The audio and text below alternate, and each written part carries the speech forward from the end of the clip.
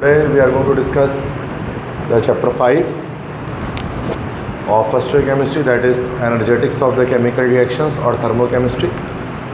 तो चैप्टर 4 में मैंने एक लेक्चर आपको डिलीवर किया था आयनिक बॉन्ड कोवेलेंट बॉन्ड का। उसके बाद एक और लेक्चर उसका रहता था जिसमें कोऑर्डिनेट कोवेलेंट बॉन्ड और इसके अलावा जो है डायपोल मोमेंट, इसकी डिस्कशन थी। तो अब जाहिर सी बात है because of the shortage of time कि मैंने उसका लेक्चर जो है ना वो अपलोड किया है, उसका लिंक मैं आपको ग्रुप पे शेयर कर दूंगा। आप जो सेकंड लेक्चर है ना केमिकल बॉन्डिंग का, वो आप ऑनलाइन देख लेना मेरे लेक्चर से। तो आज मैं चैप्टर 5 स्टार्ट कर रहा हूँ, 4 पे नहीं चल रहा, ताकि एटलीस्ट हमारा 30 जुलाई तक मैक्सिमम फर्स्ट ईयर तो एटलीस्ट हो ही सके, जो आपका NED का फर्स्ट राउंड है उस तक। ठीक है, उसका भी कर लेंगे, कुछ सेकंड राउंड पे देख लेंगे, उसका मसला नहीं, केमिस्ट्री तो हो जाए। तो आज भी वैसे क्लासेस का था कि थोड़ा शॉर्टेज है बच्चों की, लेकिन क्लासेस जाहिर सी बात है कि वो continuously on and on off ही हो रही थी, बट करना तो पड़ेगा, कुर्बानियाँ हैं, सेक्रीफाइसेस हैं आपकी, हमारी, सबकी। तो एनर्जेटिक्स ऑफ केमिकल रिएक्शन में जो हमारा PMC सिलेबस होता है उसके अकॉर्डिंग तो हम ये सारी चीज़ें पढ़ते हैं इसके अंदर, लाइक थर्मोडायनेमिक्स क्या है, एक्सोथर्मिक एंडोथर्मिक रिएक्शंस के बारे में, system surrounding boundary, state function, heat, internal energy, work done, enthalpy के बारे में, first law of thermodynamics, Hess law of constant heat of summation, ये सारी चीज़ें डिस्कस करते हैं। ये सब चीज़ें ही हमारे सिन बोर्ड के अंदर भी ये सारी चीज़ें होती हैं। तो सेम है, कोई एक्स्ट्रा अलग से आपको पंजाब या फेडरल का इसमें नहीं पढ़ना, आसान चैप्टर है, एक ही क्लास में कंप्लीट हो जाएगा, MCQs के साथ प्रिपरेशन इसकी हो जाएगी। तो सबसे पहले तो हम डिस्कस करते हैं व्हाट इज़ थर्मोडायनेमिक्स, कि थर्मोडायनेमिक्स किससे आ जाता है। तो थर्मोडायनेमिक्स 2 वर्ड से निकला है। थर्मो मीन्स होता है हीट और डायनेमिक्स के मतलब होता है मोशन, मूवमेंट। तो thermodynamics is actually the movement of heat और the conversion of heat in different forms of energy. तो थर्मोडायनेमिक्स एक ऐसा प्रोसेस होता है जिसमें थर्मल एनर्जी को मैकेनिकल एनर्जी में कन्वर्ट करते हैं, या मैकेनिकल एनर्जी थर्मल एनर्जी में कन्वर्ट होती है। That process is called thermodynamics. The movement of heat, the conversion of heat from one form to another form is called thermodynamics. Physics की वैसे एक मेन ब्रांच है, केमिस्ट्री में भी थोड़ा बहुत इसको हम स्टडी करते हैं। जैसे कि इंटरनल कंबशन इंजन होता है आपके पास, जो बाइक्स होती हैं, मोटर बाइक्स, तो उसके अंदर भी थर्मोडायनेमिक्स के प्रिंसिपल अप्लाई हो रहे होते हैं, चूँकि जो हीट एनर्जी होती है वो मैकेनिकल एनर्जी में कन्वर्ट हो रही होती है। पेट्रोल जब जलता है तो फिर हीट एनर्जी प्रोड्यूस होती है, वो हीट एनर्जी क्या करती है, तो बैक व्हील होता है बाइक का, उसको घुमाती है, जिससे बाइक आगे बढ़ती है। तो that is actually due to thermodynamics. जितनी भी मूवमेंट होती है ऑटोमोबाइल्स के अंदर, पेट्रोल इंजन में, डीजल इंजन में, वो सारी की सारी थर्मोडायनेमिक्स के प्रिंसिपल पर होती है। ठीक है, तो this is a simple definition of thermodynamics. Next is thermochemical reactions. Thermochemical reactions कौन से रिएक्शंस होते हैं? ऐसे केमिकल रिएक्शंस जिनके अंदर मटेरियल चेंज के साथ साथ हीट एनर्जी चेंज भी हो, ऐसे रिएक्शंस हमारे पास थर्मोकेमिकल रिएक्शंस कहलाते हैं। केमिकल रिएक्शंस तो क्या होता है जिसमें मटेरियल चेंज होता है, रिएक्टेंट जो है वो प्रोडक्ट बनता है, और अगर रिएक्टेंट प्रोडक्ट बन रहा हो और उसके अंदर कोई ना कोई हीट एनर्जी चेंज भी आ रहा हो, मीन्स लॉस या गेन ऑफ एनर्जी अगर हो रही हो, तो सूरत में हम उसको कहते हैं कि that is actually a thermochemical reaction. Thermochemical reaction हमारे पास 2 टाइप्स के होते हैं, एक हमारे पास कहलाता है एंडोथर्मिक रिएक्शन, एक कहलाता है एक्सोथर्मिक रिएक्शन। एंडोथर्मिक रिएक्शन कौन सा रिएक्शन होता है जिसमें हीट एंटर होती है, हीट एब्जॉर्ब होती है सिस्टम के अंदर। तो ऐसा रिएक्शन जिसमें हीट एब्जॉर्ब हो, that is called endothermic reaction. और उसमें हीट की मूवमेंट कहाँ से होती है? Surrounding to system. तो जो सराउंडिंग है, सराउंडिंग से सिस्टम की तरफ हीट जो है वो मूव कर रहा होता है। और जब ये रिएक्शन होता है एंडोथर्मिक रिएक्शन, तो कंटेनर बिकम्स हॉट। तो जो कंटेनर है वो हॉट हो जाता है, जो कि वो हीट एब्जॉर्ब कर रहा होता है। ठीक है, तो ऐसा रिएक्शन जिसमें हीट एंटर हो, एब्जॉर्ब हो, वो रिएक्शन एंडोथर्मिक रिएक्शंस कहलाते हैं। जैसे कि कुकिंग प्रोसेस हमारा होता है, खाना पकाने का प्रोसेस, वो हमारा एंडोथर्मिक होता है। थर्मल डिकम्पोजिशन रिएक्शंस जितने भी होते हैं केमिस्ट्री में, वो सारे के सारे एंडोथर्मिक रिएक्शंस होते हैं। तो enthalpy value is positive for endothermic reaction. जो एंथैल्पी वैल्यू, या इसको हम कह सकते हैं change in enthalpy, change in enthalpy, enthalpy change, जिसको डेल्टा H से शो करते हैं, वो हमेशा पॉजिटिव होती है। एक एंडोथर्मिक रिएक्शंस के लिए, जैसे कि कैल्शियम कार्बोनेट की जब हम थर्मल डिकम्पोजिशन करते हैं तो हम उसको हीट करते हैं, तो हीट करने पर ही कैल्शियम ऑक्साइड कार्बन डाइऑक्साइड में ब्रेक हो जाता है, तो यहाँ पर डेल्टा एच की वैल्यू हमारे पास पॉजिटिव आती है। उसका मतलब this is an endothermic reaction. अच्छा, ऐसा होता क्यों है भाई, पॉजिटिव आते क्यों है?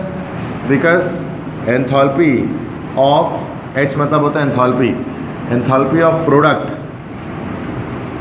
Is more than enthalpy of reactant. ये वजह होती है। एंथैल्पी ऑफ प्रोडक्ट को H2 से शो करते हैं और एंथैल्पी ऑफ रिएक्टेंट को H1 से शो करते हैं। तो जब डेल्टा H हम निकालेंगे H2 माइनस H1, तो उस सूरत में हमेशा हमारे पास वैल्यू पॉजिटिव ही आएगी, क्योंकि डेल्टा H हमारे पास क्या होता है, change in enthalpy, that is H2 minus H1। तो प्रोडक्ट की एंथैल्पी मान लो कि ज़्यादा है और रिएक्टेंट की कम है, तो वैल्यू हमेशा पॉजिटिव में आएगी, simple. That's why delta H हमेशा पॉजिटिव होता है किसके अंदर, एंडोथर्मिक रिएक्शंस के अंदर। एक्सोथर्मिक रिएक्शन की बात करें तो उसका रिवर्स हो जाता है। इसमें हीट रिलीज़ होती है एक्सोथर्मिक रिएक्शंस के अंदर, और कहाँ मूव करती है ये, सिस्टम से मूव करती है ये सराउंडिंग की जानिब। सिस्टम टू सराउंडिंग हीट की मूवमेंट होती है, हीट रिलीज़ होती है कंबस्शन रिएक्शंस वगैरह के अंदर, जैसे कि आपने देखा है, और इसमें कंटेनर कोल्ड हो जाता है। जब एक्सोथर्मिक रिएक्शन होता है तो कंटेनर बिकम्स कोल्ड, चूँकि इसमें जो सी हीट एनर्जी है वो रिलीज़ हो जाती है, दैट्स वाई कंटेनर कोल्ड हो जाता है। और डेल्टा H की वैल्यू, इसके लिए एंथैल्पी वैल्यू हमेशा नेगेटिव आती है फॉर एक्सोथर्मिक रिएक्शन। नेगेटिव क्यों आती है एक्सोथर्मिक रिएक्शंस के लिए? चूँकि जो हमारे पास इसके अंदर क्या होता है कि H प्रोडक्ट की जो एंथैल्पी है ना, वो less than enthalpy of reactant होती है। H2 is less than H1। इससे क्या होगा कि जब जाहिर सी बात है कि H2 माइनस H1 करेंगे तो वैल्यू हमेशा नेगेटिव में आएगी। जैसे कि ये मान लो कि 80 है, ये मान लो कि 100 है, तो 80 माइनस 100 करेंगे तो -20 आएगा। दैट्स वाई डेल्टा H की वैल्यू हमेशा नेगेटिव होती है, किसके लिए, एक्सोथर्मिक रिएक्शंस के लिए, जिसमें हीट रिलीज़ होती है। बहुत सारे रिएक्शंस एक्सोथर्मिक को, जितने भी कंबस्शन रिएक्शंस होते हैं वो के सारे एक्सोथर्मिक in नेचर होते हैं। अच्छा, एक्सोथर्मिक रिएक्शंस असल में स्पॉन्टेनियस रिएक्शन भी कहलाते हैं। स्पॉन्टेनियस रिएक्शंस क्या होते हैं? ऐसे reaction in which the system decreases its energy. हर वो रिएक्शन जब सिस्टम अपनी एनर्जी डिक्रीज़ करता है उसको हम लोग कहते हैं स्पॉन्टेनियस रिएक्शन। और स्पॉन्टेनियस रिएक्शन में आपको कंसेक्यूटिवली हीट देने की ज़रूरत नहीं होती है। स्टार्टिंग एनर्जी रिक्वायर्ड होती है, रिएक्शन को कैरी करने के लिए हीट देने की ज़रूरत नहीं होती है। मिसाल के तौर पे जैसे कि अगर हम बात करें एंडोथर्मिक रिएक्शन की, ये एक नॉन स्पॉन्टेनियस रिएक्शन है। जब तक आप हीट देते रहोगे रिएक्शन होता रहेगा, हीट बंद करोगे रिएक्शन रुक जाएगा। लेकिन हम एक्सोथर्मिक रिएक्शंस की बात करें तो उसको सिर्फ स्टार्टिंग हीट रिक्वायर होती है। जैसे कि मान लो कि अगर कोयला है, कोयले को जलाना है, कोयले को जलाने के लिए शुरू में आपको हीट देनी पड़ती है, उसको कुछ ना कुछ माचिस मारना पड़ता है, थोड़ा उसमें उसको थोड़ा इग्नाइट करना पड़ता है। लेकिन इग्निशन के बाद जब वो जलता है तो फिर वो चलता ही रहता है, फिर उसको हीट की ज़रूरत नहीं पड़ती है यहाँ तक कि वो टोटली तमाम कोयला जल ना जाए। तो दैट्स वाई हम एक्सोथर्मिक रिएक्शंस को कहते हैं ये एक स्पॉन्टेनियस रिएक्शन है, जो कि जिसमें एनर्जी की नीड नहीं होती, रिक्वायरमेंट नहीं होती। मिसाल के तौर पर C+O2 CO2, ये हमारे पास ये कोयले का जलना है, कार्बन डाइऑक्साइड बनना, that is actually an exothermic reaction. तभी डेल्टा H की वैल्यू इसके लिए नेगेटिव आ रही है। आगे बस सर में बड़ी बेसिक सी बात है, ये एंडोथर्मिक एक्सोथर्मिक ये दोनों रिएक्शंस को मिलाकर हम लोग कहते हैं थर्मोकेमिकल रिएक्शंस।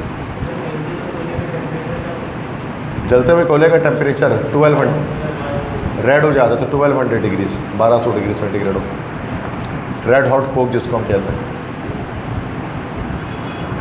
उसके बाद कुछ थर्मोडायनेमिक टर्म्स हैं वो डिस्कस करते हैं। सिस्टम क्या है, सराउंडिंग क्या है, बाउंड्री क्या है। पहले ये तीन चीज़ें। सिस्टम तो आप जानते हैं व्हाट इज़ द सिस्टम, कि एनी रियल और imaginary portion of the universe which is under examination या under consideration is called system.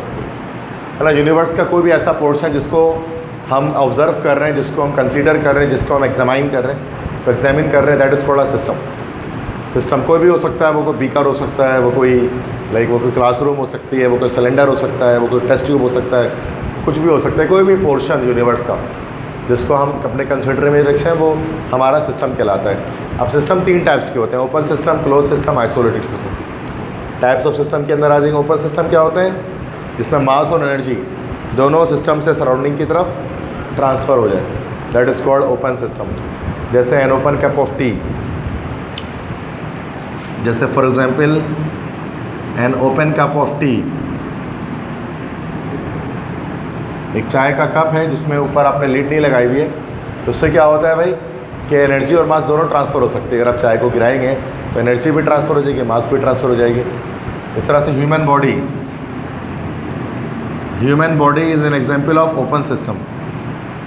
इंसानी जिस्म जिससे मास और एनर्जी दोनों ट्रांसफ़र हो रही होती है सिस्टम से सराउंडिंग की तरफ। इस तरह से जो हमारा अर्थ है, हमारी दुनिया है, हमारा प्लेनेट अर्थ है, वो भी एक ओपन सिस्टम है, ठीक है। एनर्जी और मास दोनों ट्रांसफ़र कर रहा होता है सिस्टम से सराउंडिंग की तरफ।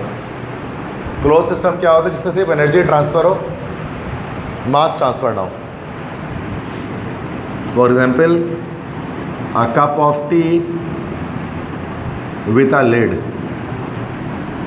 अगर कप ऑफ टी है जिसमें आपने एक लीड लगा दी है, एक कप ऑफ टी में आपने लीड लगा दी, ऊपर से आपने उसको कवर अप कर दिया है, तब उस सूरत में क्या होगा इन दैट सिनेरियो कि आपका मतलब चाय तो नहीं मूव करेगा सिस्टम से सराउंडिंग की तरफ, लेकिन जो हीट है ना उसकी वो सिस्टम सराउंडिंग पे जा रही होगी, ठीक है, बाय वॉल्स ऑफ कंटेनर वगैरह तो उससे निकल रही होगी। आइसोलेटेड सिस्टम क्या होता है? जिसमें neither energy nor mass can be transferred. न एनर्जी ना मास, दोनों में से कोई भी सिस्टम से सराउंडिंग की तरफ ट्रांसफ़र ना हो, उसको हम लोग कहते हैं आइसोलेटेड सिस्टम, जो बिल्कुल अलग थलग हो, तो इसमें दोनों ही ट्रांसफ़र नहीं होते। फॉर एग्जांपल मिसाल के तौर पे है थर्मोस। जो थर्मोस होता है वो एक एग्जांपल है आइसोलेटेड सिस्टम की, क्योंकि उसके अंदर से हीट और एनर्जी दोनों सिस्टम से सराउंडिंग की तरफ ट्रांसफ़र नहीं होती। वैसे तो एक परफेक्टली आइसोलेटेड सिस्टम जो है वो पॉसिबल नहीं है, मतलब एग्जिस्ट नहीं करता कहीं पे भी। नियर टू आइसोलेशन हम जा सकते हैं, ठीक है। तो ये 3 टाइप का सिस्टम होते हैं, ओपन, क्लोज, आइसोलेटेड। उसके बाद सराउंडिंग किसे कहते हैं? Any portion of the universe outside the system is called surrounding. System के बाहर जो कुछ भी है वो सारा सराउंडिंग है। सिस्टम को छोड़कर यूनिवर्स में जो कुछ मौजूद है वो सब का सब सराउंडिंग है। बाउंड्री किसे कहते हैं? The border between system and surrounding. System और सराउंडिंग को जुदा करने के लिए जो बॉर्डर होता है दैट इज कॉल्ड बाउंड्री। मिसाल के तौर पे अगर आपने एक बीकर अगर आपने ले लिया, this is your system, this is your system, so this is your surrounding outside, और जो बाउंड्री है वो क्या है? This is the boundary, so this is actually the boundary, ठीक है। तो बाउंड्री क्या है? वो पोर्शन जो सिस्टम को सराउंडिंग से अलग करे, दैट इज़ कॉल्ड बाउंड्री। तो यहाँ पर 3 चीज़ें मैंने आपको बताई। सिस्टम क्या होता है, ठीक है, टाइप, सिस्टम के टाइप्स क्या हैं, सराउंडिंग क्या होती है और बाउंड्री क्या चीज़ होती है। समझ में आ गई बात? बेसिक डिटेल समझ में आ गई इसकी। उसके बाद नेक्स्ट है स्टेट फंक्शन। स्टेट फंक्शन किसे कहते हैं? So the properties which defines the initial and final state of a system is called state function। वो प्रॉपर्टीज़ जो किसी सिस्टम के इनिशियल और फाइनल स्टेट को डिफाइन करती हैं उसको हम लोग कहते हैं स्टेट फंक्शन। देखो स्टेट फंक्शन क्या होती है? हर वो चीज़, हर वो प्रॉपर्टी सिस्टम की जिसकी इनिशियल और फाइनल पॉसिबल हो, that is called a state function. मिसाल के तौर पे इनिशियल वॉल्यूम हो सकता है, फाइनल वॉल्यूम हो सकता है, इनिशियल टेम्परेचर होता है, फाइनल टेम्परेचर होता है, इनिशियल प्रेशर होता है, फाइनल प्रेशर होता है। तो ये सारा हमारे पास हो गया स्टेट फंक्शन। कैपिटल लेटर्स हमेशा शो करते हैं, पी, वी, टी, वॉल्यूम हो गया, ठीक है, इस तरह से एनर्जी हो गई, ये सब हमारे पास स्टेट फंक्शन है। एंथैल्पी हो गई, ये सब हमारे पास स्टेट फंक्शन है। इसका 1 और 2 इनिशियल और फाइनल हम कर सकते हैं, और जिसका इनिशियल और फाइनल नहीं कर सकते वो हमारे स्टेट फंक्शन नहीं है। जैसे हीट के बारे में याद रखना है कि heat is not a state function. तो इनिशियल हीट और फाइनल हीट नहीं होती कभी भी। इनिशियल एनर्जी और फाइनल एनर्जी तो होगी, लेकिन Q1 और Q2 जैसी कोई चीज़ नहीं होती है, ठीक है। तो हीट हमारे पास एक स्टेट फंक्शन नहीं है, क्योंकि हम इनिशियल और फाइनल इसके अंदर नहीं कर सकते। Heat is the form of energy, लेकिन हीट जो है ना वो total heat content of a system की जब बात करें ना, तो हीट पाथ पर डिपेंड नहीं करती है, the path that is followed. अगर आपने देखा हो कार्नोट साइकिल जब आपने पढ़ा है तो वहाँ एडियाबैटिक प्रोसेस के अंदर हमने ये पढ़ा होगा, एडियाबैटिक प्रोसेस में, कि हीट जो है ना वो क्या पाथ फॉलो किया जा रहा है इस पर वो डिपेंड नहीं करती। जैसे प्रेशर, वॉल्यूम, टेम्परेचर पाथ पर डिपेंड करती है ना, हीट इंडिपेंडेंट ऑफ पाथ होती है, एडियाबैटिक प्रोसेस इसको हम कहते हैं, ठीक है। तो वो उसमें डिटेल ज़्यादा डिस्कशन के अंदर है। हीट क्या चीज़ है? Heat is the form of energy, simple. Heat form, energy की फॉर्म एक तरह की है, थर्मल एनर्जी जिसको हम कहते हैं। हीट कैपेसिटी किससे कहते हैं? What is heat capacity? इससे पहले बताया था कि the amount of heat required to raise the temperature of substance by 1 kelvin is called heat capacity. किसी भी सब्सटेंस का टेम्परेचर 1 केल्विन या 1 डिग्री सेंटीग्रेड अगर आपको इंक्रीज़ करना हो तो जितना हीट आपको देना पड़ेगा that heat is called heat capacity, 1 degree temperature raise करने के लिए, that is called heat capacity. Internal energy क्या होती है भाई? Total energy of the system is called internal energy. System के अंदर जितनी एनर्जी है वो सारी इंटरनल एनर्जी है। अगर आपने एक सिलेंडर के अंदर गैस भर दी है तो गैस के मॉलिक्यूल्स मूव कर रहे हैं, तो जितनी एनर्जी उनके अंदर है वो सारी उनकी इंटरनल एनर्जी है। अब इंटरनल एनर्जी असल में सम होता है काइनेटिक एनर्जी और पोटेंशियल एनर्जी का सिस्टम है। सिस्टम में दोनों तरह की एनर्जी हो सकती है, काइनेटिक भी पोटेंशियल भी, दोनों का जो समेशन होता है वो हमारे पास कहलाता है इंटरनल एनर्जी। अब काइनेटिक एनर्जी किस तरह से आती है? By the motion of the body आती है, मोशन ऑफ द मॉलिक्यूल्स आते हैं, मॉलिक्यूल्स के मूव करने से आती है, जिसमें से हमारे पास सारी ट्रांसलेटरल, वाइब्रेशनल, रोटेशनल, बताया तो 3 तरह की मोशन कर रहे होते हैं एक मॉलिक्यूल्स। तो तीनों तरह की मूवमेंट जो है जो काइनेटिक एनर्जी आ रही है वो ले लें। और साथ में पोटेंशियल एनर्जी। पोटेंशियल एनर्जी किस वजह से आती है? Due to attractive force present in the system, that is chemical bond. मतलब बॉन्ड्स भी होता है ना मॉलिक्यूल्स के अंदर, प्राइमरी बॉन्ड्स होते हैं, सेकेंडरी बॉन्ड्स होते हैं, कोवेलेंट बॉन्ड होता है, हाइड्रोजन बॉन्ड होता है। तो जो बॉन्ड्स होते हैं ना, बॉन्ड की जो एनर्जी होती है वो पोटेंशियल एनर्जी है, और मूवमेंट से जो एनर्जी आ रही है वो काइनेटिक है। जो सबको प्लस कर देंगे आपस में तो हमारा आएगा कि पूरे सिस्टम की इंटरनल एनर्जी है, total energy of the system, जिसको हम सिंपल मानों में कह सकते हैं। ये डिटेल में जाए तो the sum of kinetic and potential energy, ठीक है, ऑफ अ सिस्टम। वर्क किसे कहते हैं? Work done. जैसे कि आप जानते हैं फिजिक्स में भी आप पढ़ते हैं, the energy transferred when object is moved by force is called work. ठीक है, मतलब अगर किसी ऑब्जेक्ट को मूव किया जाए फोर्स लगाकर, और जो जितनी एनर्जी ट्रांसफ़र हो रही है that is called work, F/d, जिसको हम पढ़ते हैं फिजिक्स के अंदर। तो एक अगर आपने बॉडी पर फोर्स लगाया और बॉडी ने कुछ डिस्प्लेसमेंट कवर किया तो आप कहते हैं कि उसने बॉडी ने कुछ वर्क डन किया, कुछ काम किया। तो किसी बॉडी पर फोर्स लगे और वो मूव कर जाए तो जो भी एनर्जी है जो दैट इज़ कॉल्ड, जो एनर्जी उसको वर्क करवा रही है that is called work done, जो उसको मूव करवा रही है। तो वर्क डन सिंपल फिजिक्स में इसकी ज़्यादा डिटेल्स आती है, केमिस्ट्री में बस वर्क की डेफिनेशन याद रखनी है कि वर्क क्या है भाई, कि वो एनर्जी जो कि उस वक्त ट्रांसफ़र होती है जब एक बॉडी को फोर्स से मूव किया जाए। W से इसको शो करते हैं, इंटरनल एनर्जी को E से शो करते हैं, ठीक है, हीट को हम Q से शो करते हैं, सबके अलग अलग डिनोशन। एंथैल्पी इसको हम H से शो करते हैं। एंथैल्पी क्या होती है? सिंपल याद रखिएगा, E+PV, internal energy plus pressure into volume, that is called enthalpy. E+PV हमारे पास कहलाता है एंथैल्पी। ये चेंज इन एंथैल्पी नहीं है, वो अलग चीज़ होती है, जस्ट एंथैल्पी। एंथैल्पी को हम ये भी कह सकते हैं, इसको डेफिनेशन अगर निकालनी है तो total heat content of a system, total heat content of a system is called enthalpy. ठीक है, तो ये कुछ और थर्मोडायनेमिक टर्म्स मैंने आपको यहाँ पर बता दी हैं, लाइक स्टेट फंक्शन किससे कहते हैं, हीट क्या है, हीट कैपेसिटी क्या है, इंटरनल एनर्जी किससे कहते हैं, वर्क क्या है, और एंथैल्पी किसे कहते हैं। समझ में आ गई बात सारी? ये छोटे छोटे पॉइंट्स हैं, MCQs पॉइंट है, बस वो याद रखने आपको, ठीक है, डिटेल में नहीं जाने उसकी बहुत ज़्यादा, ठीक है। MCQs पॉइंट में से ही क्वेश्चन अराइज होंगे। चैप्टर 5 बहुत छोटा है तो इसमें ज़्यादा चीज़ें बनती ही नहीं है, छोटा सा चैप्टर है। बड़े चैप्टर हमने पढ़ लिए, जो पढ़ रहे थे 2 पढ़ लिया, 3 पढ़ लिया, 4 पढ़ लिया, सब पढ़ लिया। अब छोटे छोटे एक क्लास के चैप्टर रह गए जितने हो सब, क्योंकि फर्स्ट ईयर की केमिस्ट्री चैप्टर 4 तक ही है, 5 से तो ख़त्म ही है केमिस्ट्री, 5, 6, 7, 8, 4 तक ही पढ़ने में थोड़ी जान जाती है बच्चों की, मुश्किल भी लगता है, टीचर को भी मुश्किल आती है। 5 से बच्चे भी खुश रहते हैं, टीचर भी खुश रहते हैं, आसान चैप्टर से हर कोई पढ़ा देता है, सही है। बाकी units of thermal energy, thermal energy की यूनिट है जूल कैलोरी कन्वर्जेंस, याद रखें। ये पूछते हैं आपसे एग्जाम में कि 1 कैलोरी ये कितने जूल के बराबर है, तो 4.184 जूल के बराबर है। कैलोरी बड़ी यूनिट है और जूल छोटी यूनिट है, तो 1 कैलोरी 4.184, ये तो सबको याद रहती है, लेकिन कभी कभार इसको रिवर्स रिलेशन पूछ लेते हैं कि 1 joule is equal to how many calories, तो फिर ये भी याद रखना है, दैट इज़ अब 1/4.184 आप करेंगे तो ये आंसर आएगा। बट चूँकि don't have the calculator in MTCAT exams, तो उसमें क्या होगा कि आपको वैल्यू याद करनी पड़ेगी। तो कैलोरी से जूल में 1 कैलोरी कितने जूल के बराबर ये भी याद रखें, और 1 जूल कितने कैलोरी के बराबर ये भी याद रखें, ठीक है। तो इससे भी एक MCQs बन जाता है, 1 joule equal to dash calorie, तो लिखा हुआ होता नॉर्मली। क्या जी साइंटिफिक अलाउ है, प्रोग्रामेबल अलाउ नहीं है, प्रोग्रामेबल होता भी किसी के पास नहीं है, मतलब प्रोग्रामेबल कैलकुलेटर्स पाकिस्तान में आते भी इतने नहीं हैं। वो जो आप यूज़ करते हो ना, मतलब इसमें पूरे मॉडल्स होता है, NITI की वेबसाइट पे शायद आप जाओगे, उसमें पूरे मॉडल है, EFX911 अलाउ है, क्लास 20 के कैलकुलेटर्स अलाउ हैं, जो आप KCO के जो लेटेस्ट कैलकुलेटर्स होते हैं ना, जो क्लास 20 वाले जो होते हैं, सिल्वर बटन जिसमें होते हैं 4, वो तो सबसे लेटेस्ट वही जिसका ग्राफ भी बनाया जा सकता है, सबसे लेटेस्ट वही कैलकुलेटर और वो अलाउ है। पूरी उस पर पूरी एक वो बनी थी, पूरी वीडियो बना के डाली हुई है मतलब केसीओ वालों ने कि मतलब ये पाकिस्तान के अंदर हर तरह के कॉम्पिटिटिव एग्जाम्स के अंदर ये कैलकुलेटर हमारा अलाउ है। जाहिर सी बात है, जो कि उस तरह वही कैलकुलेटर बिकते भी ज़्यादा है।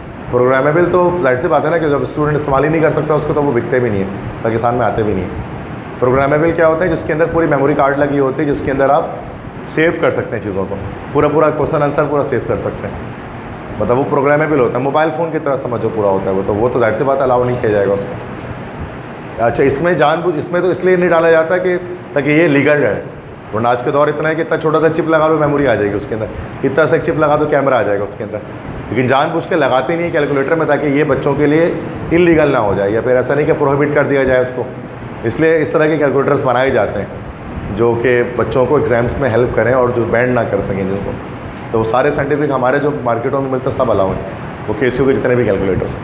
लिखा होता है असल में एडमिट कार्ड पे कि programmable calculators are not allowed. Scientific कहीं पे भी नहीं लिखा हुआ वहाँ पे, प्रोग्रामेबल लिखा हुआ है वहाँ पे, वर्ड है स्पेशली, तो उस वर्ड का मतलब आप समझ जाए। एमडी कार्ड वाले को टेंशन ही नहीं है, अलाउ ही कोई नहीं है भाई, ना सिंपल ना साइंटिफिक, तो मसला ही कोई नहीं है क्या लेके जाना है क्या लेकर नहीं जाना मतलब कोई मॉडल की टेंशन ही नहीं है, ये अलाउ है ही नहीं भाई, कोई बात ही खत्म हो गई। अच्छा, first law of thermodynamics, first law of thermodynamics को हम law of conservation of energy भी कहते हैं, दोनों नाम इसी का है। हेल्महोल्ट्ज़ नाम के साइंटिस्ट से पेश किया था 1847 में, पाकिस्तान बनने से 100 साल पहले, ठीक है। तो अब law of conservation of energy की स्टेटमेंट तो आप सब जानते हैं। पहली चीज़ तो energy can neither be created nor destroyed but it can change it form from one to another. तो ये हमारे पास law of conservation of energy है कि एनर्जी को ना तो पैदा कर सकते हैं ना ख़त्म कर सकते हैं, लेकिन चेंज कर सकते हैं from one form to another form. ये सब जानते हैं, बहुत इसके एग्जाम्पल नहीं दे रहा, टाइम वेस्ट होगा, ठीक है। पता है सबको कि एनर्जी के कन्वर्जन कैसे होती है, लाइट एनर्जी कैसे बाकी एनर्जी में कन्वर्ट होती है। इसका जो सेकंड स्टेटमेंट इसकी है, total energy of system and surrounding always remains constant. मतलब सिस्टम और सराउंडिंग की जो टोटल एनर्जी है, सिस्टम और सराउंडिंग है, सिस्टम और सराउंडिंग जब मिला दिया जाए तो उसी को मिलाकर हमारे पास क्या बनता है, यूनिवर्स। तो हम कह सकते हैं यूनिवर्स की जो टोटल एनर्जी है वो हमेशा कांस्टेंट रहती है, उसमें कोई चेंजिंग नहीं आती कभी भी, चाहे कोई भी रिएक्शन हो रहा हो। यूनिवर्स की energy, universe 14.7 billion years ago बनी, 14.7 अरब साल पहले बनी है। और 14.7 बिलियन ईयर्स अगो जो बड़ा धमाका और जो भी बिग बैंग हुआ, उस बिग बैंग के नतीजे में जितनी एनर्जी बन गई थी 14.7 बिलियन ईयर्स साल पहले, उतनी एनर्जी आज भी है और वो एनर्जी क़यामत तक ही रहेगी। एनर्जी चेंज कंजर्व है, मतलब कह रहे हैं कि ना चेंज होगी ना बढ़ेगी ना घटेगी। बट ये देखा जाए तो ये लॉ गलत है, ऐसा कुछ है नहीं। एनर्जी डिस्ट्रॉय हो सकती है, आपने पढ़ा होगा इसमें वो क्वांटम इफेक्ट, क्वांटम इफेक्ट के अंदर आपने पढ़ा होगा ना कि मास के एनर्जी में कन्वर्जन, एनिहिलेशन ऑफ मैटर पढ़ा होगा। न्यूटन का बहुत मशहूर इक्वेशन है E=mc²। इसके अंदर ये क्या कहता है कि energy and mass both are interchangeable. कि एनर्जी को, this is Einstein equation, that's the world's most famous equation, Einstein's equation E=mc²। ये कहता है energy and mass both are interchangeable, कि एनर्जी को मास में और मास को एनर्जी में हम चेंज कर सकते हैं। एटम बम के अंदर यही होता है ना भाई, एटॉमिक बम के अंदर क्या होता है, मास एनर्जी में कन्वर्ट होती है। तो कितना मेगा इलेक्ट्रॉन वोल्ट एनर्जी निकलती है, आपने फिजिक्स में पढ़ा होगा हाइड्रोजन बॉम्ब, एटॉमिक बॉम्ब के बारे में। और उसमें मास डिफेक्ट भी एक आता है उसके अंदर, एक टॉपिक आपने मास डिफेक्ट का पढ़ा होगा कि जो मास हम कैलकुलेट करते हैं रिएक्शन के बाद तो वो कम हो रहा होता है। तो कहाँ गया वो मास, तो आइंस्टाइन कहता था वो एनर्जी में कन्वर्ट हो गया। मास डिफेक्ट इस वजह से आया, मास के अंदर कमी इसलिए होती आती है जब एटॉमिक बॉम्ब का ब्लास्ट होता है उसके बाद। तो यूनिवर्स की एनर्जी हमेशा कांस्टेंट रहती है, पुराने ज़माने की बात है 1847। और न्यूटन और आइंस्टाइन ने 1920 का बंदा 1920 की दी हुई थ्योरीज उसकी। तो जाहिर सी बात है जब टाइम गुजरता है तो उसके लिहाज से चीज़ें चेंज होनी शुरू हो जाती हैं। आइंस्टाइन ने बहुत सारी पुरानी बातों को गलत साबित किया तो जो पहले हद तक सही समझी जाती थी, जो पहले तक समझा जाता था रियलिटी है, लेकिन आइंस्टाइन ने इसको गलत साबित किया बहुत सारी चीज़ों को। मॉलिक्यूल्स के एग्जिस्टेंस पहले नहीं समझी जाती थी कि मॉलिक्यूल्स एग्जिस्ट करते हैं। आइंस्टाइन ने कहा कि नहीं भाई मॉलिक्यूल्स डू एग्जिस्ट।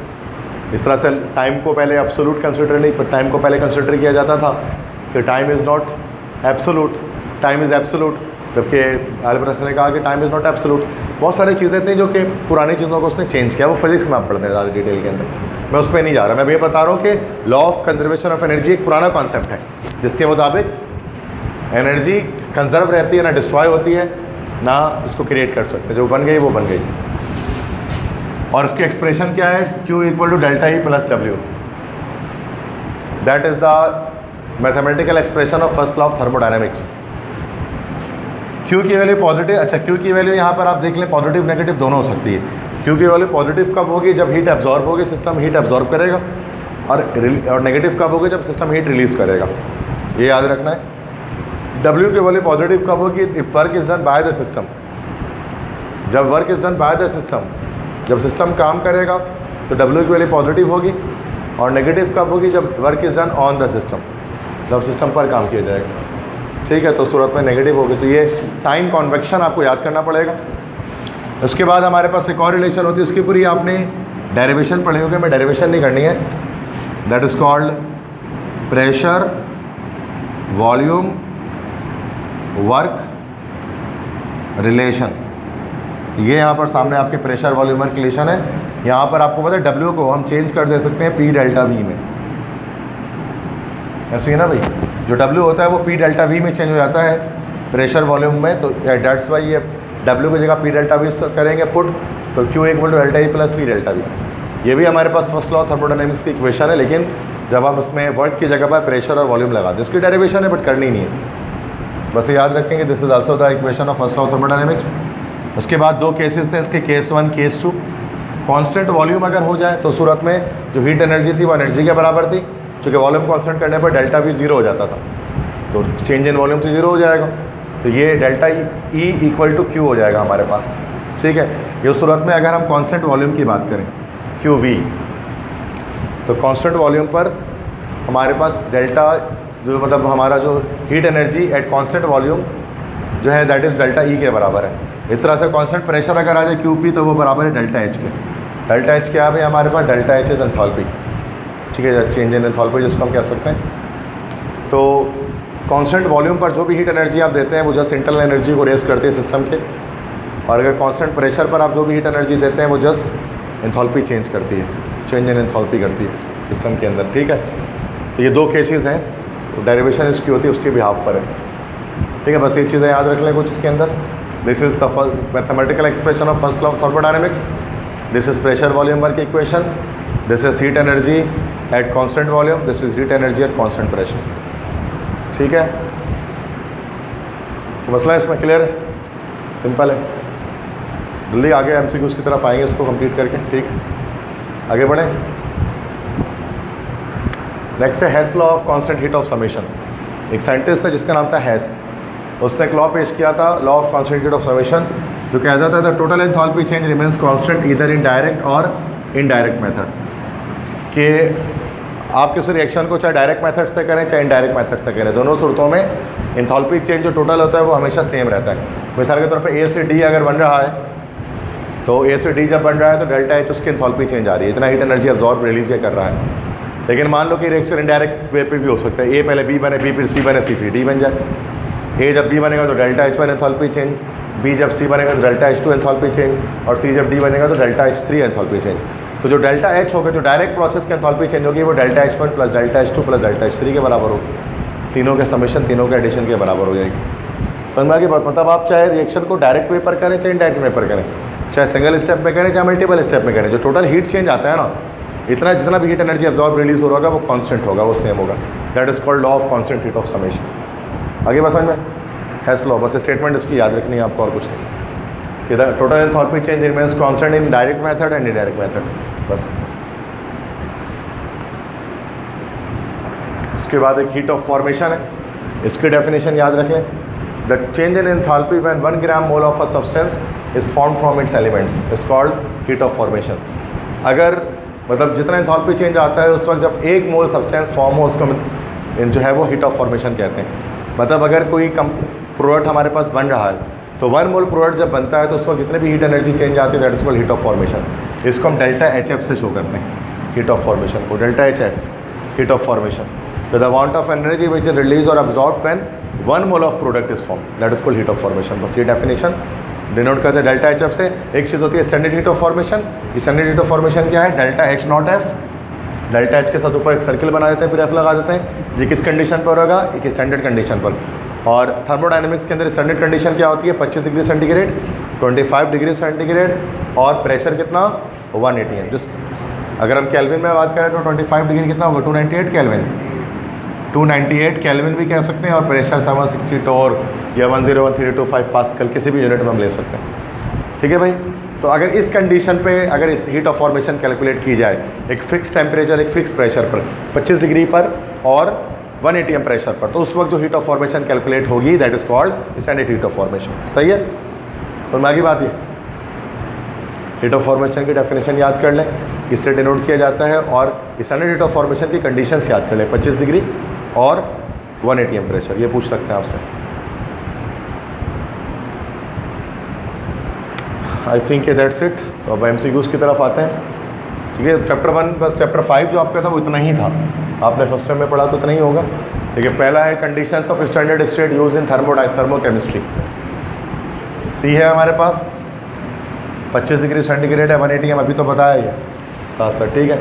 ये ख़ास हमारे पास कंडीशन है थर्मोकेमिस्ट्री के अंदर स्टैंडर्ड कंडीशन।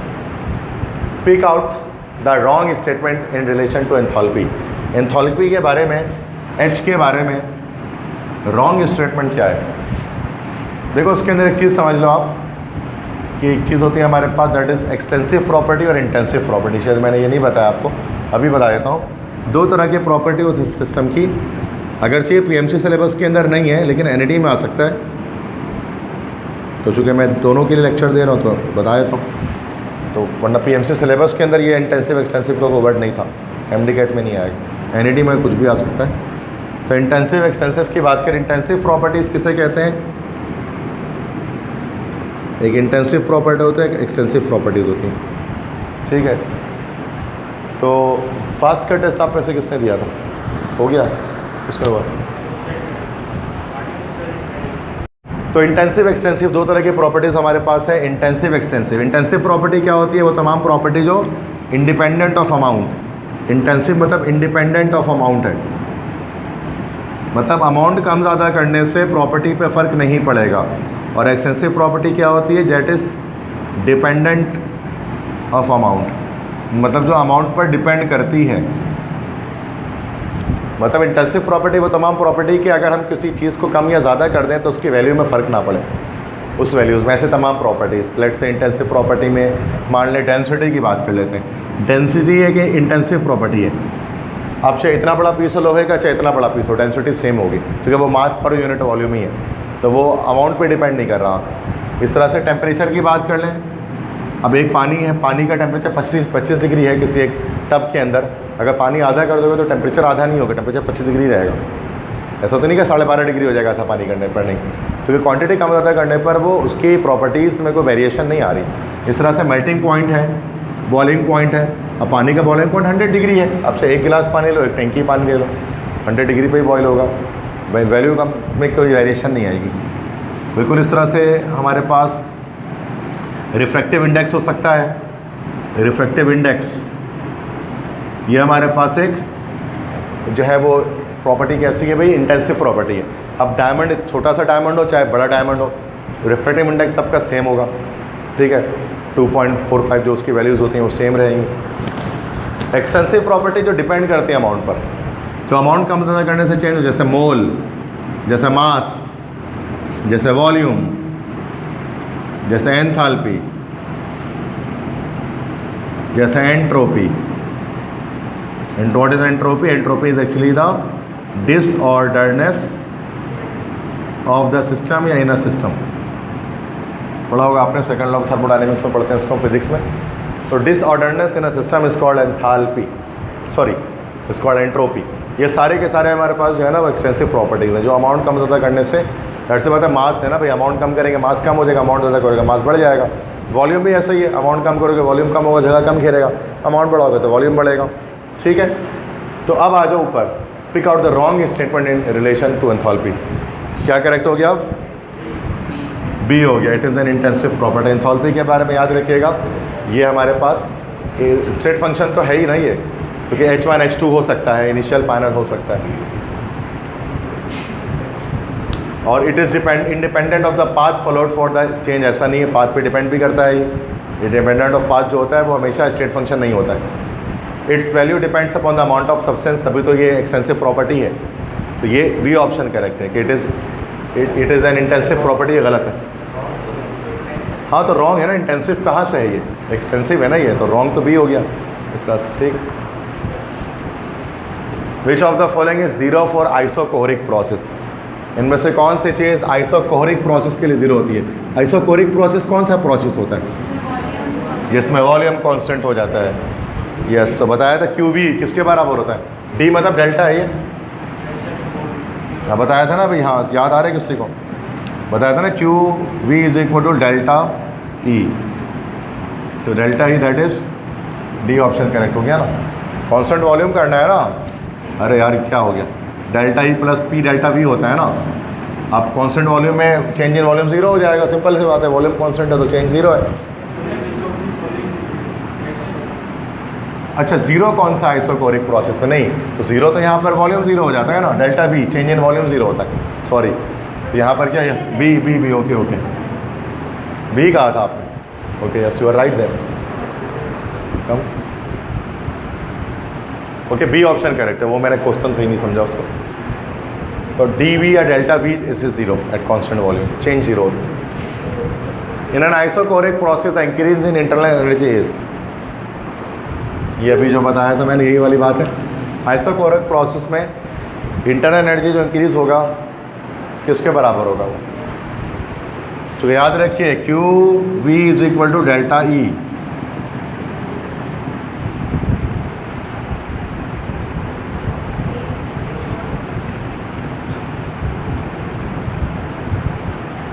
चूँकि इंटरनल एनर्जी इंक्रीज कब होगी? जब वो हीट एनर्जी एब्जॉर्ब करेगा, सिंपल। तो yes, so equal to heat absorb, कितना हीट एब्जॉर्ब करेगा? A option. हीट तो हो गई, लेकिन चूँकि एनर्जी इंक्रीज हो रही है तो हीट एब्जॉर्ब हो रहा है, डिक्रीज करता तो बी ऑप्शन हो जाता है, हीट एवॉल्व। सही है। It is the general principle that the less energy of a system contains it is dash. General principle है कि जितनी कम एनर्जी एक सिस्टम के पास होगी उतना ज़्यादा वो क्या होगा? जितनी कम एनर्जी होगी एक सिस्टम की, हाँ, मोर स्टेबल होगा। बॉन्डिंग के अंदर ये कॉन्सेप्ट दिया था कि बॉन्डिंग में क्या होता है, केमिकल बॉन्ड बनता है इस वजह से कि एलिमेंट्स अपनी एनर्जी को रिलीज़ करते हैं, और जितना ज़्यादा एनर्जी रिलीज़ हो रहा है उतना ज़्यादा स्टेबल कंपाउंड की फॉर्मेशन हो रही है। तभी सोडियम क्लोराइड की जो फॉर्मेशन थी वो ज़्यादा स्ट्रॉन्ग थी NaCl बॉन्ड की। क्यों? क्योंकि उसमें जो हीट एनर्जी रिलीज़ होती थी, लेटेस्ट एनर्जी -788 किलो जूल पर मोल, सबसे ज़्यादा मैक्सिमम होती थी। तो ये हमारे पास हो जाएगा बी ऑप्शन इसका, more stable. Next the process in which no heat enters और leaves the system is termed as, ये तो फिजिक्स का है, यस। बाकी हम पढ़ते हैं इसको फेडरल बोर्ड में, that is adiabatic process.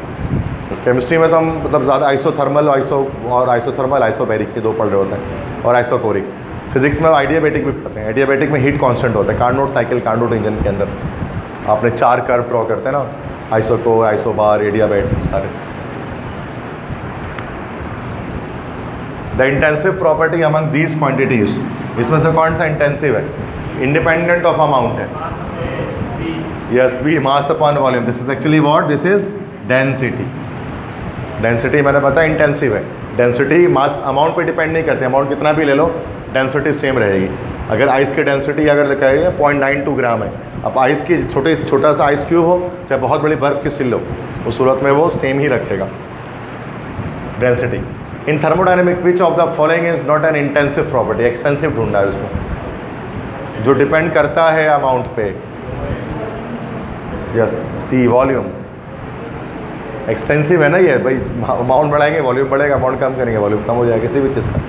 Simple सी बात है ना। वॉल्यूम अगर आप सेब है, एप्पल्स आपके पास, एप्पल्स बढ़ाना शुरू कर दोगे तो हम एप्पल का वॉल्यूम भी बढ़ जाएगा, सिंपल सी बेसिक कॉमन सेंस वाली बात है। If in a container neither mass nor energy exchange occurs, then it is what? Yes, ना energy ना mass दोनों नहीं ट्रांसफर हो रहा, तो this is C, isolated system. The first law of thermodynamics is only, yes, A, the law of conservation of energy. Which of the following is always negative for exothermic reaction? Delta H हमेशा negative होती है exothermic के लिए, yes, good. The relation between delta E and delta H is, delta E and delta H के बीच क्या relation है? देखो हमने पढ़ा था क्या है, देखो हमने पढ़ा था Q equal to delta E plus P delta V, और Q जो है ना, अगर हम कांस्टेंट प्रेशर की बात करें तो QP बराबर होता है डेल्टा H के, तो delta H is equal to delta E plus P delta V। और हमें क्या निकालना है, तो क्या हो गया इसमें, B हो जाएगा। Yes, B option is the correct one. वैसे होता ये इक्वेशन है हमारे पास से Q is delta E plus P delta V, लेकिन जब हम कांस्टेंट प्रेशर की बात करते हैं ना, तो जो हीट एनर्जी अब्जॉर्ब रिलीज होती है वो चेंज इन एंथैल्पी के बराबर होती है। केस 2 है ये, ठीक है, जो पीछे अभी स्लाइड पे किया है, तो इसके लिए से सब्स्टिट्यूट कर दिया तो ये आ गई हमारे पास। ठीक,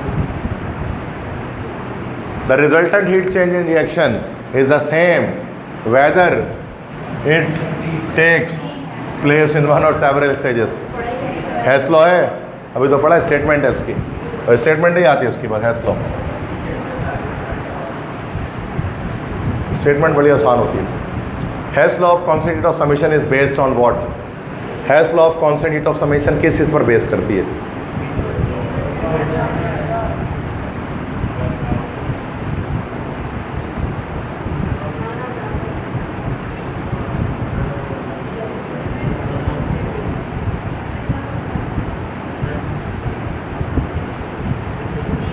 किसी पर बेस नहीं करती। क्या होगा? डी होगा ना, क्योंकि इक्वल टू MC स्क्वायर की तो बात होती ही नहीं है, वो तो 1847 का बंदा है, उसके दौर में था ही नहीं। कंजर्वेशन ऑफ मास, मास के बारे में कोई बात ही नहीं, और एनर्जी के बारे में बात हो रही है उसके अंदर। फर्स्ट लॉ थर्मोडायनेमिक्स, उसमें भी उसका कोई फॉर्मूला अप्लाई नहीं हो रहा उसके अंदर, मतलब नन ऑफ द अबव ही होगा। ठीक है, D option. Hess law is applicable for the determination of heat if heat of Hess law को किस लिए इस्तेमाल करते हैं? क्या मालूम करने के लिए? Heat of formation. याद रख लिए, हीट ऑफ फॉर्मेशन कैलकुलेट करते हैं इससे। न्यूमेरिकल्स फर्स्ट टाइम आपने किए होंगे हीट ऑफ फॉर्मेशन के, तो उसमें 3 इक्वेशन होती है, चौथी इक्वेशन मालूम करनी होती है, वो प्लस माइनस डिवाइड मल्टीप्लाई करके। हाँ, तो बी ऑप्शन हो गया heat of formation. Enthalpy of the reaction, इस रिएक्शन के लिए एंथैल्पी क्या होगी? एक्सोथर्मिक रिएक्शन है ये, कंबशन ऑफ कोल है ये, नेगेटिव होगी, B option. This is combustion reaction, exothermic. The law of conservation of energy states that, क्या कहता है law of conservation of energy?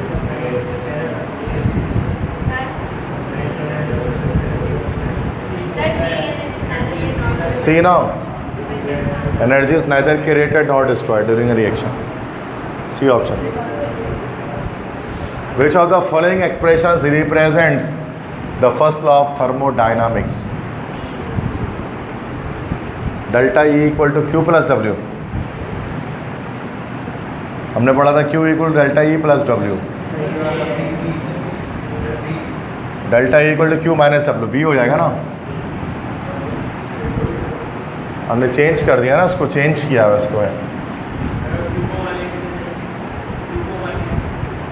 Q को वहाँ लेकर चले जाएं, मतलब यहाँ तो यही है, तो थोड़ा घुमा दिया, आगे पीछे कर दिया, बात तो वही है। The internal energy of a system, बताइए। हाँ, A B C D, yes, A simple, increase in temperature, temperature बढ़ाते हैं इंटरनल एनर्जी बढ़ती है, क्योंकि टेम्परेचर के बढ़ाने से कैनेटिक एनर्जी इंक्रीज होती है, कैनेटिक एनर्जी बढ़ेगी तो सूरत में हमारे पास हीट एनर्जी भी बढ़ेगी, सिंपल सी बात। The enthalpy of neutralisation of which of the following acids and bases is nearly -13.6 kilo calorie, ये याद रख लें। एंथैल्पी ऑफ न्यूट्रलाइजेशन किससे कहते हैं? जो नो के न्यूट्रलाइजेशन एक ऐसा रिएक्शन होता है जिसमें एसिड और बेस साथ में रिएक्शन करके सॉल्ट और वाटर की फॉर्मेशन करते हैं, और ये जो रिएक्शन होता है न्यूट्रलाइजेशन आपके पास हमेशा कैसा होता है? This is always exothermic. और अगर ये neutralisation strong acid strong base के बीच में हो रहा हो तो उस सूरत में हमारे पास एक फिक्स एनर्जी रिलीज होती है, that is -13.6 kilo calorie. This is called enthalpy of neutralisation. तो स्ट्रॉन्ग एसिड स्ट्रॉन्ग बेस ढूंढने कहाँ है?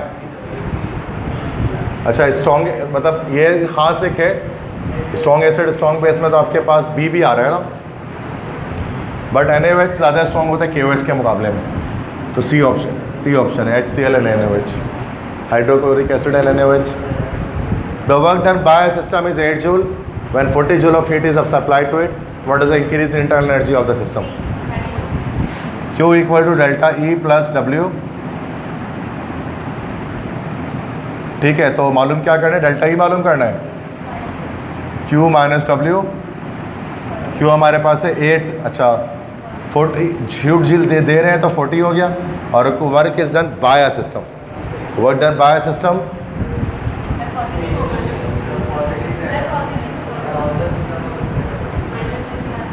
नहीं, वहाँ पर मैंने आपको शायद वो गलत स्लाइड उसमें देख लिया आपने.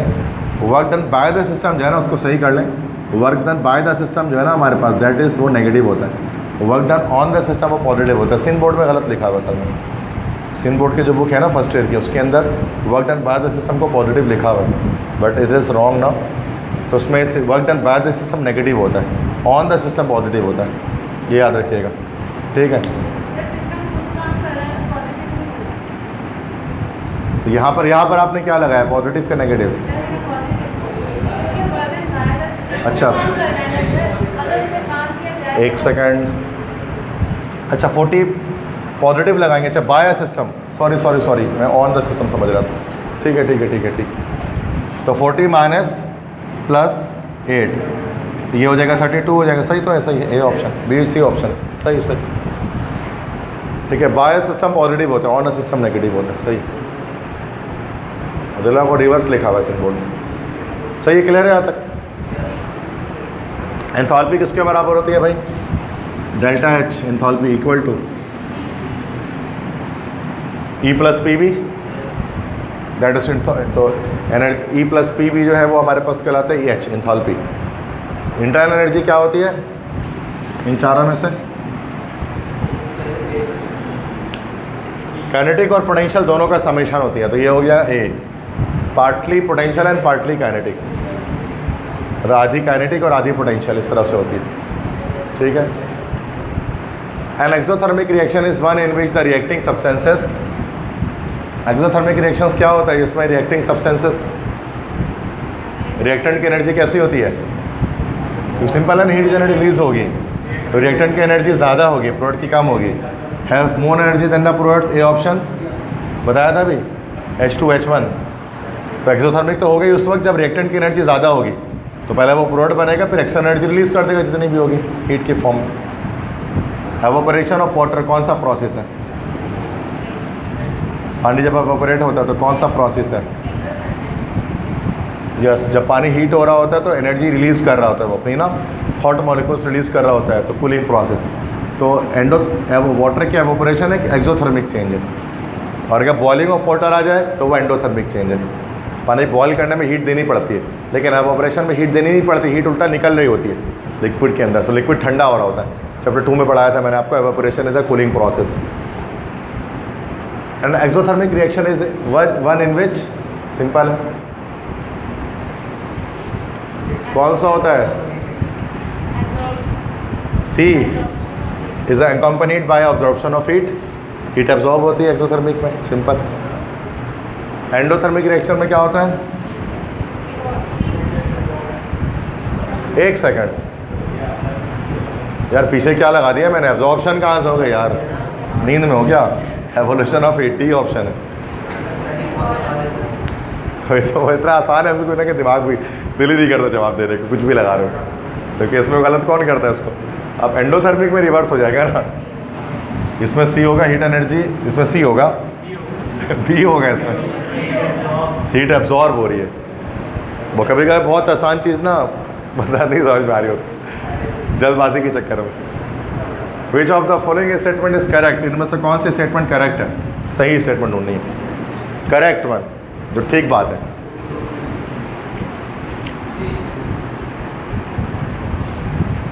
Yes, C heat energy neutralisation of strong acid in strong base always the same. बाकी देखो ए भी और तीनों गलत है. और एंथैल्पी ऑफ फ्यूजन से मुराद क्या है, किसी भी सॉलिड को लिक्विड बनाने उसके लिए हीट देनी पड़ती है. एंडोथर्मिक प्रोसेस तो ना फ्यूजन, तो हीट देते हैं तब जाकर सॉलिड लिक्विड बनता है, तो वो हमेशा पॉजिटिव होगा, एंडोथर्मिक प्रोसेस ही होगा. तो सी ऑप्शन करेक्ट हुआ. तो अभी मैंने आपको बताया कि जब भी स्ट्रॉन्ग एसिड स्ट्रॉन्ग बेस मिलेगा 13.7 माइनस 13.7 किलो कैलोरी पर मोल इतनी हीट एनर्जी रिलीज होगी। If the enthalpy of B is greater than A, the reaction A B is what? B की एंथैल्पी ए से ज़्यादा है तो कौन सा रिएक्शन है ये? मतलब प्रोडक्ट ज़्यादा है, रिएक्टेंट कम है, एंडोथर्मिक है, तभी तो वो एनर्जी लेगा ताकि वो प्रोडक्ट के बराबर हो सके। The enthalpy of neutralization is about 57.3 kJ for the pair. Strong acid strong base का पेयर निकाल लो। सी ऑप्शन HCl ठीक है।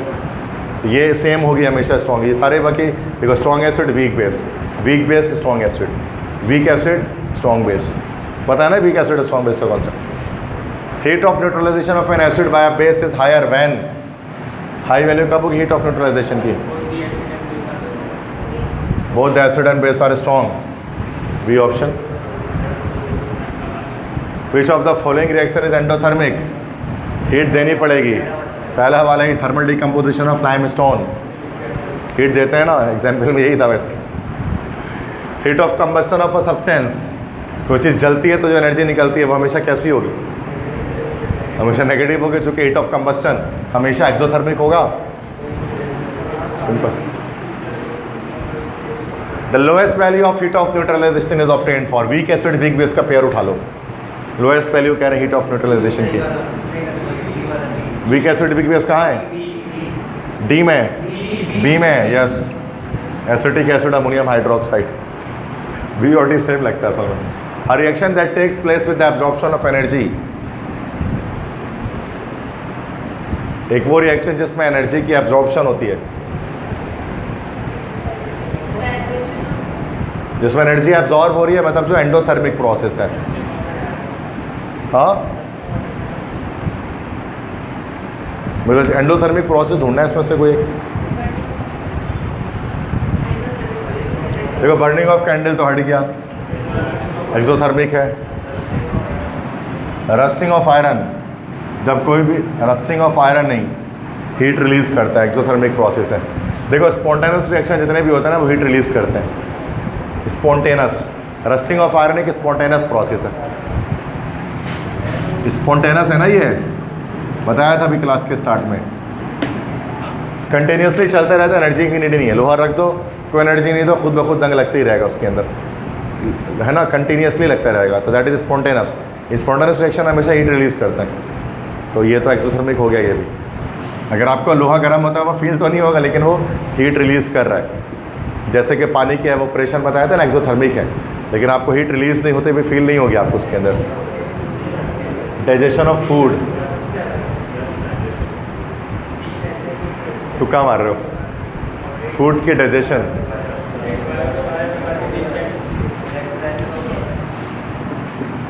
फूड के डाइजेशन क्या होती है? C6H12O6 plus O2 CO2 plus H2O plus heat, यही है डाइजेशन ऑफ फूड। मेडिकल वाले तो जानते हैं यार, मेडिकल वाले क्या बात कर रहे हैं। डाइजेशन ऑफ फूड हमेशा एक्सोथर्मिक ही होता है, अभी तो हीट एनर्जी रिलीज होती है। Combustion of glucose in the cells, mitochondria, power house of cell, ये सब नहीं पढ़ा क्या? भूल गया साइटोलॉजी पूरी, ठीक है। तो यार बच्चों वाला की बात है ये तो यार। सी तो बच्चे ही है, अब सी ऑप्शन ही होना है। बट सी क्यों है? देखो इलेक्ट्रोलिसिस ऑफ वाटर, सिंपल बस ये याद रख लो कि नॉन स्पॉन्टेनियस है। पानी इलेक्ट्रोलिसिस से मराद पानी में से इलेक्ट्रिक करंट पास करो तो हाइड्रोजन ऑक्सीजन अलग हो जाए उसका। जब तक इलेक्ट्रिक करंट पास करते रहते हैं इलेक्ट्रोलिसिस चलते रहता है, करंट रोकते हैं इलेक्ट्रोलिसिस रुक जाती है।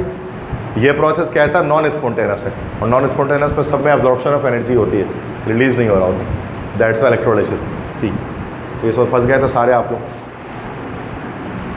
Complete combustion of CH4 gives CO2 plus water, combustion of methane, that is कोई भी हाइड्रोकार्बन जलाएंगे यही बनेगा।